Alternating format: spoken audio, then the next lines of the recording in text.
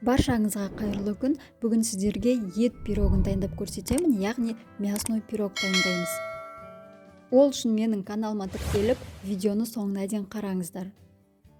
Қажетті ингредиенттердің барлығын описанияның астына жазып қойдым.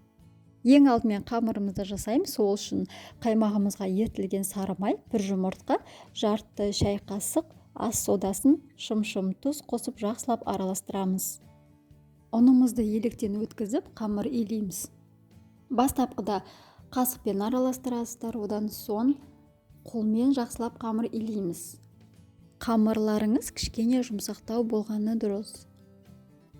Бетін жауып, бір шетке алып қойыңыздар.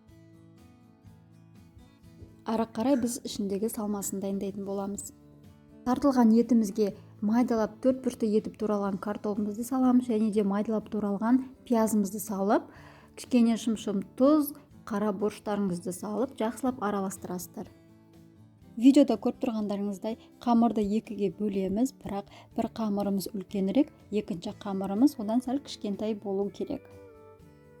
Бірінші үлкен қамырымызды жайып шығамыз.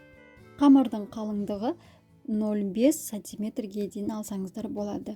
Дайын болған қамырымызды видеода көріп тұрғандарыңыздай бүктеп аламыз, және де противен үстіне пергамент қағаз төсеп, үстінен жайып шығыңыздар.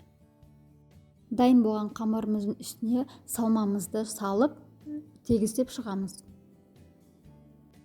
Екінші қамырымызды жайып, оны да бүктеп, салмамыздың үстіне қойып шығамыз. Және де екі қамырымызды бір-біріне біріктіреміз.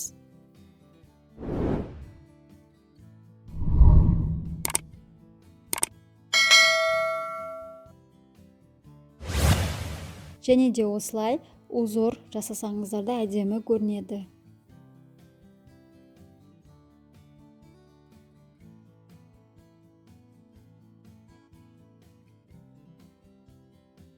Осы аралықта духовкаларыңызды қыздырып қойыңыздар.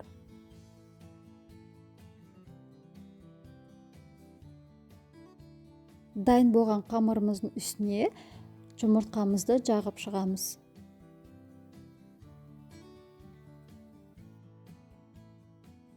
Және де видеода көріп тұрғандарыңыздай бірнеше жерін пышақпен осылай кесіп шығыңыздар, себебі ішіндегі тартылған етіміз жақсы пісуі үшін.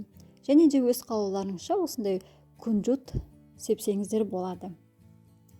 180 градуста 25-30 минуттың ішінде пісіп шығады. Мінекей достар, біздің ет пирогымыз дайын болды. Сіздерге ас болсын.